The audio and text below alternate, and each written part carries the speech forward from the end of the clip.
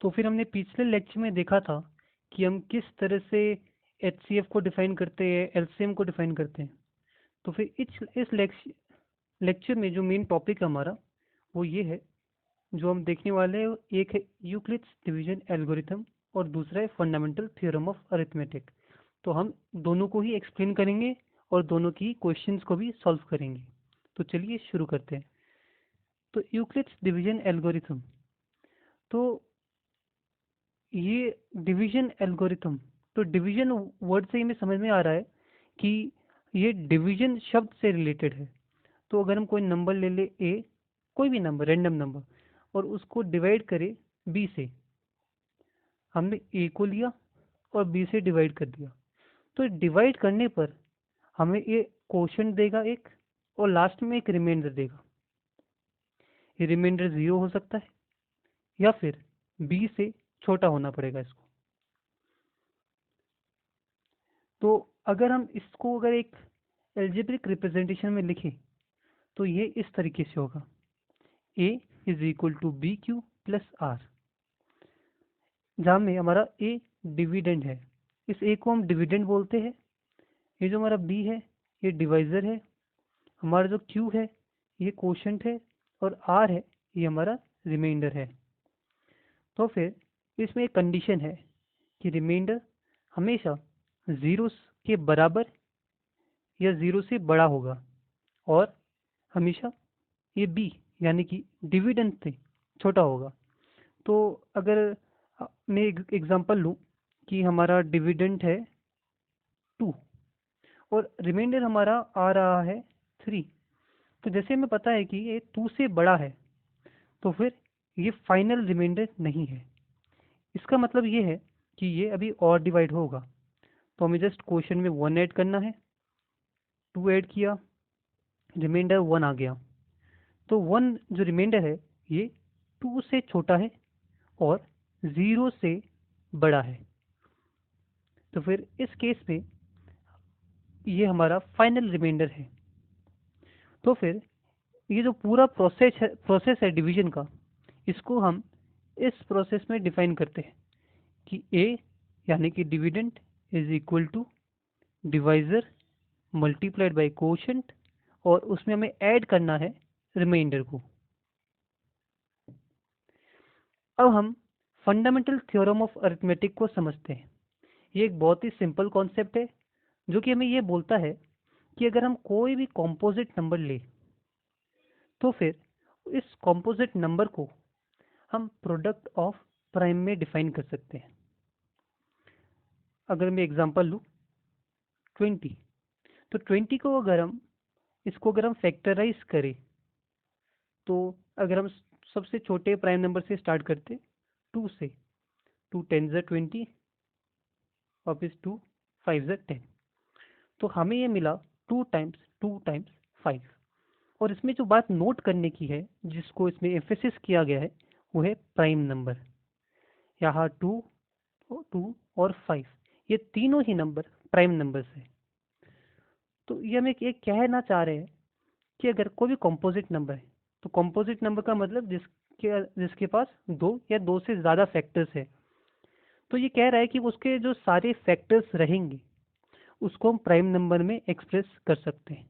आप ट्राई करें, आप कोई भी नंबर ले सकते हैं। जैसे कि अगर आप नंबर ले 6, तो ये कॉम्पोजिट नंबर है, इसको आप लिख सकते हैं 2 मल्टीप्लाइड बाई 3, जो कि दोनों प्राइम नंबर है। तो ये था हमारा फंडामेंटल थ्योरम ऑफ अरिथमेटिक। तो अब हम यूक्लिड्स डिवीजन पे आ जाते हैं और उसके एग्जाम्पल भी देखेंगे हम। तो यूक्लिड्स डिवीजन एल्गोरिथम जो है वो एक प्रूवन स्टेटमेंट है, मतलब वो पहले से प्रूव्ड है। लेकिन किस टाइप के नंबर के लिए वो प्रूव्ड है, ये भी सोचना है हमें। तो एक तो वो पॉजिटिव नंबर्स के लिए डिफाइन है और नेगेटिव नंबर्स के लिए डिफाइन है। अगर हम कोई भी 2 नंबर या 2 से ज़्यादा नंबर ले और उनके लिए ये यूक्लिड्स डिवीजन एल्गोरिथम का इस्तेमाल करें, और उसमें से अगर एक भी 0 आ गया, तो मतलब उसको हम इस प्रोसेस से सॉल्व नहीं कर सकते।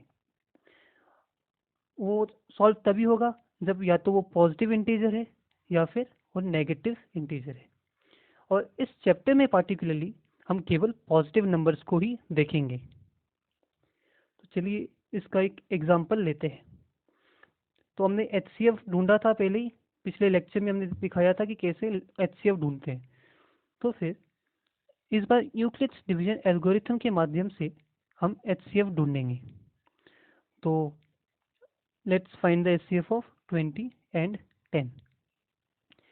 तो फिर इसमें एक कन्वेंशन भी यूज़ करना है हमें कि ये जो डिविडेंड है हमारा, वो हमें जो हम ए के रूप में उसको एक्सप्रेस करते हैं, वो हमेशा बड़ा नंबर होना चाहिए और बी हमेशा छोटा वाला नंबर होना चाहिए। तो इसके बाद हमने देखा था कि एक स्टैंडर्ड फॉर्म है कि हम किस तरह से यूक्लिड्स डिवीजन एल्गोरिथम को डिफाइन करते हैं। तो फिर इस प्रोसेस के स्टार्टिंग पॉइंट पे आपको क्या करना है कि ए है, आपको इसमें ए के साथ ए रिप्लेस कर दीजिए, 200 को ए के साथ रिप्लेस कीजिए, 10 को बी के साथ रिप्लेस कीजिए। तो जब आप 200 और 10 को रिप्रेजेंट करना चाहेंगे तो मैं ये साफ साफ देख सकता हूँ कि 200 को जब हम 10 से डिवाइड करते हैं तो 20 टाइम्स मल्टीप्लाई करने पर ये 200 आता है और रिमाइंडर 0 है हमारा। तो फिर जब हम इस तरह से इसको एक्सप्रेस करते हैं तो ये जो हमारा डिवाइज़र है ये हमेशा हमारा HCF होगा। इसको अच्छे से समझने के लिए हम अभी एक और एग्जांपल लेंगे। Find the HCF of 13 and 75।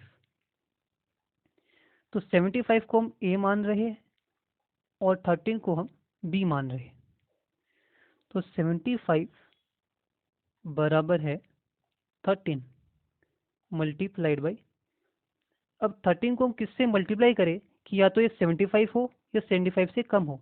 तो हमें पता है 13 5 जा 65 होता है और इसके बाद में हमें 10 एज ए रिमाइंडर मिल गया। तो इसकी नेक्स्ट प्रोसेस जो है उसमें हमें इस डिविडेंड को अपना कोशेंट बनाना है, अपना डिवाइजर बनाना है। तो 15 यह हमारा डिविडेंड है और 10 को हम अपना डिवाइजर के रूप में ले रहे हैं। तो हमें पता है 10 टाइम्स 1 10 होता है और 13 से बराबर करने के लिए इसको 3 और ऐड करना पड़ेगा। अब वापस प्रोसेस वही डिफाइन करते हैं हम। इस 10 को हमने अपना डिविडेंड ले लिया, 3 को एज अ कोशेंट ले लिया, 3 multiplied by 3 plus 1। Next process 3 is equal to 1, इस 1 को इधर ले लिया, मल्टीप्लाइड बाई 3 प्लस 0। तो जब भी हमारे पास 0 आ जाए, एज हमारा जो रिमाइंडर है 0 आ जाए, तो फिर हमारा जो डिवाइजर है वही हमारा HCF होगा। तो इससे हम क्या कह सकते हैं कि HCF of 75, 13 is equal to 1। 1 इसलिए है क्योंकि ये एक प्राइम नंबर है। एक प्राइम नंबर हो हमारे पास और दूसरा कोई भी उसके साथ नंबर हो, उन दोनों का HCF हमेशा 1 ही होगा। और इसमें एक और चीज़ जो ध्यान देने के लिए है वो ये है कि हम इस चीज़ को किस तरह से लिख रहे हैं। तो HCF लिखने के बाद ब्रैकेट में दोनों नंबर को कोमा के साथ लिखना पड़ता है और इसको जब हम पढ़ते हैं तो हम इसको पढ़ेंगे HCF of 75 and 13 is equal to 1। तो अब हम फंडामेंटल थ्योरम ऑफ अरिथमेटिक के यूजेस पे आते हैं। तो हमने डिफाइन किया था कि ये सिंपली डिफाइंड है कि हर कॉम्पोजिट नंबर को हम as a product of prime लिख सकते हैं। तब ये यूज़ कहाँ पे आता है? इसका पहला यूज़ है जो हम करेंगे वो है इरेशनैलिटी ऑफ ए नंबर को डिफाइन करने के लिए। मतलब अगर हमें कोई भी नंबर दिया है √2 √4 या और कुछ भी नंबर दिया है तो हम डिफाइन कर सकते हैं या फिर हम ये ढूंढ सकते हैं कि कौन सा नंबर इरेशनल है। तो ये भी हम देखने वाले हैं। Now it is also used to determine whether a decimal expansion is terminating or not. अब terminating का मतलब है, terminate का मतलब होता है खत्म होना।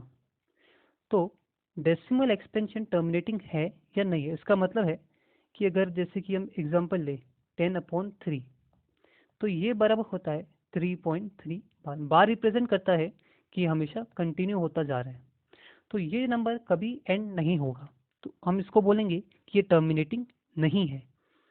और वही अगर हम लिखे 10/2 जो कि बराबर होगा 5, इसका मतलब ये टर्मिनेटिंग है। तो कोई भी नंबर टर्मिनेटिंग होगा या नहीं होगा, वो भी हम इसके मदद से डिफाइन कर सकते हैं। तो चलिए पहले हम देखते हैं कि किसी नंबर को इरेशनल कैसे प्रूव कर किया जाता है। तो एक सबसे पहला क्वेश्चन हम लेते हैं कि प्रूफ √2 इज इरेशनल। तो √2 को हमें इरेशनल प्रूव करना है। तो फिर यहाँ पे हम जो मेथड यूज करने वाले हैं उसका नाम है मेथड ऑफ कॉन्ट्राडिक्शन। मतलब पहले हम √2 को कुछ और मानेंगे और लास्ट में ये बोलेंगे कि जो हमने माना था वो गलत था, और इसीलिए हमारी अजम्पशन रॉन्ग है और ये इरेशनल होगा। तो मैं अब ये बताता हूँ कि ये काम कैसे करता है। तो जैसे कि हमें पता है कि √2 एक रियल नंबर है, तो रियल नंबर में जो दो डिवीजन होते हैं वो होता है, एक है इरेशनल नंबर और दूसरा होता है रैशनल नंबर।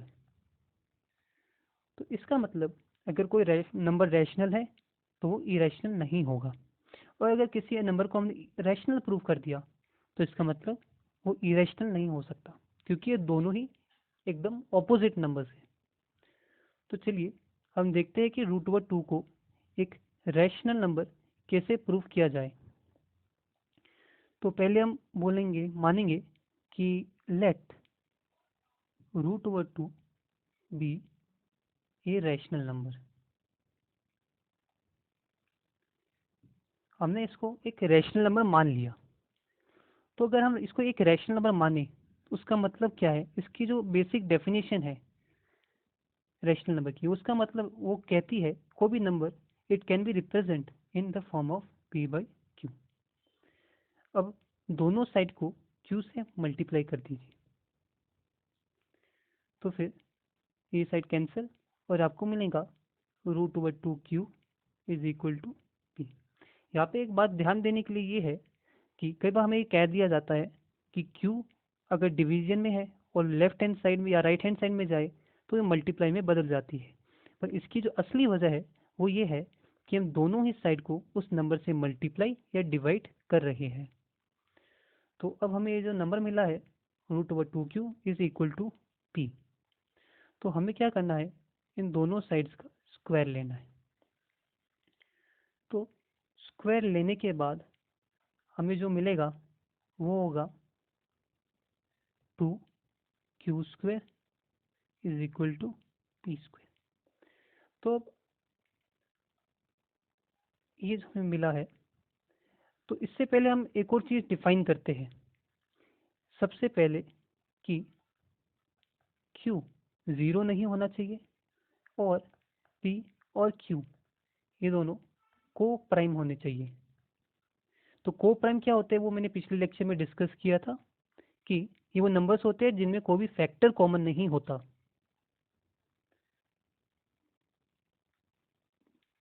तो फिर अब इस इक्वेशन के माध्यम से हमें ये पता चल रहा है कि p² इज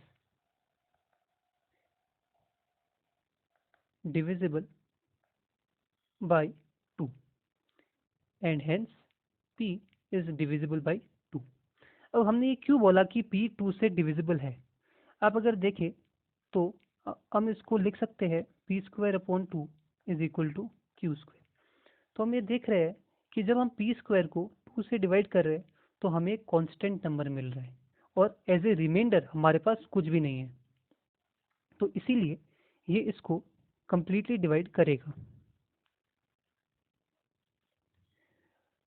तो फिर अ- अभी हमने ये प्रूव किया है कि p इज डिविजिबल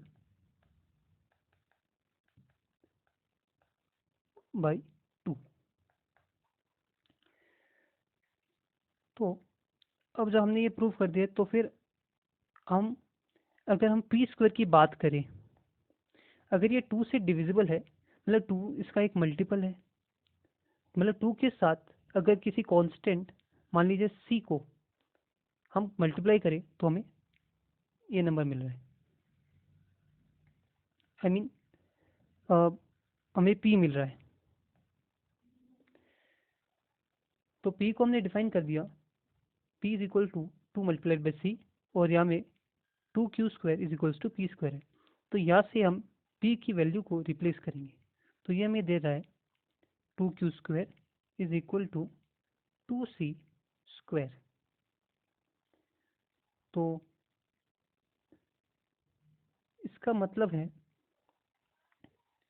कि 2q square is equal to 2 square 4 होता है, 4c स्क्वायर, ये 2 टाइम्स 2 4, उसका मतलब है 2 टाइम्स c स्क्वायर बराबर हुआ q स्क्वायर की।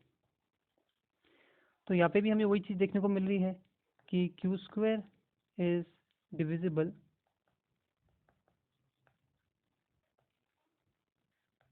by 2 and hence q is divisible by 2। तो हमने पिछले वीडियो, तो यहाँ पे हमें पता चल रहा है कि q 2 से डिविजिबल है, और यहाँ पे हमने कहा है कि p 2 से डिविजिबल है, लेकिन स्टार्टिंग में हमने जो एक अजम्पशन ली थी कि ये दोनों ही कोप्राइम है, मतलब इन दोनों में कोई भी कॉमन फैक्टर हो ही नहीं सकता है। तो ये लास्ट में हमने पता चला कि हमने जो अजम्पशन ली थी वो असल में गलत थी। तो ये गलत क्यों हो सकती है? गलत इसलिए थी क्योंकि हमने इन नंबर को रैशनल माना था। तो इसी वजह से by the method of contradiction √2 हमने इरेशनल प्रूफ कर दिया। तो अब कोई नंबर टर्मिनेटिंग है या नहीं है वो कैसे पता करें, उस मेथड पे आते हैं। तो सबसे पहले हम कोई भी नंबर ले p बाई क्यू, जहाँ पे q 0 के बराबर नहीं है। तो अगर हम q को इस फॉर्म में लिख सके कि 2 की कुछ पावर n मल्टीप्लाइड बाई 5 की कोई भी पावर m है, तब ये जो एक्सप्रेशन हमें मिलेगा ये एक टर्मिनेटिंग होगा। अब टर्मिनेटिंग क्यों होगा, इसके लिए मैं आपको एक क्लू दे देता हूँ कि 5 मल्टीप्लाइड बाई 2 10 के बराबर है, और किसी भी चीज़ को अगर 10 से मल्टीप्लाई करे तब वो हमेशा टर्मिनेटिंग रहेगी। तो चलिए हम एक एग्जांपल लेते हैं। तो पहला एग्जांपल है 0.375। अगर आप इसको देखें कि हम इसको किस तरह से लिख सकते हैं, तो आप इसको multiplied by 1000 and divide by 1000 कर दीजिए। तो ये जो हमें देगा वो है 375/1000। ये बराबर है 375 टाइम्स 10 की पावर 3, और इसको हम 2 की पावर 3 मल्टीप्लाइड बाई 5 की पावर 3 के टर्म्स में लिख रहे हैं, और इसी वजह से ये टर्मिनेटिंग है, जो कि हमें स्टार्टिंग में ही पता था। तो अगर कोई टर्मिनेटिंग है या नहीं है, उसके लिए एक सिंपल फॉर्मूला है कि जो हमारा डिनोमिनेटर है q वो 2 की पावर n मल्टीप्लाइड बाई 5 की पावर n होना चाहिए। अब इसमें एक और क्वेश्चन जो ये आता है कि अगर हम ले कि 10 टू द बेस 2, अब इसमें 5 नहीं आया, पर लेकिन ये हमें पता है कि ये बराबर होता है 5 की। तो अब आप बोलेंगे कि हम इसको 5 के टर्म्स में कैसे रिप्रेजेंट करें, तो ये हो जाएगा 2 की पावर 1 मल्टीप्लाइड बाई 5 की पावर 0, जो कि होगी 2 की पावर 1 मल्टीप्लाइड बाई 5 की पावर 0 1 होगी, और 1 हमने पढ़ा था ये मल्टीप्लिकेटिव आइडेंटिटी होती है, इसलिए इसका आंसर 2 ही होगा।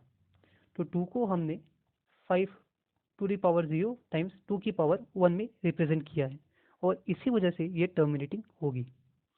अब नेक्स्ट लेक्चर में हम इस चैप्टर के इम्पोर्टेंट क्वेश्चंस और पिछले साल आए हुए बोर्ड एग्जाम्स के क्वेश्चंस डिस्कस करेंगे। Thank you.